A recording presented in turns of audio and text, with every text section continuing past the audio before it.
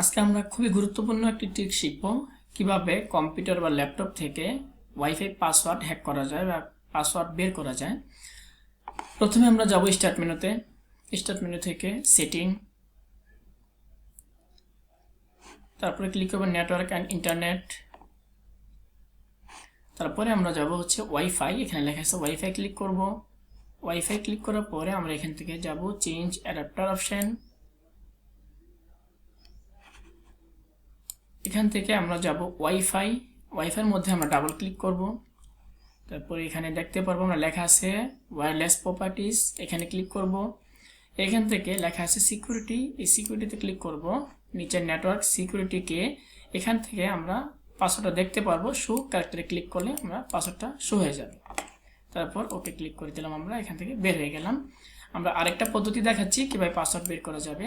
এটার জন্য আমাদেরকে যাইতে হবে ওয়াইফাইয়ের মধ্যে, ওয়াইফাই কানেকশনে আমরা ক্লিক করব। এখানে লেফটে ক্লিক করার পরে নেটওয়ার্ক অ্যান্ড ইন্টারনেট সেটিং, এখানে ক্লিক করব। তারপর আমরা যাব এখান থেকে ওয়াইফাই থেকে আমরা যাব চেঞ্জ অ্যাডাপ্টার অপশন। এখানে ওয়াইফাইয়ের মধ্যে ডাবল ক্লিক করতে হবে।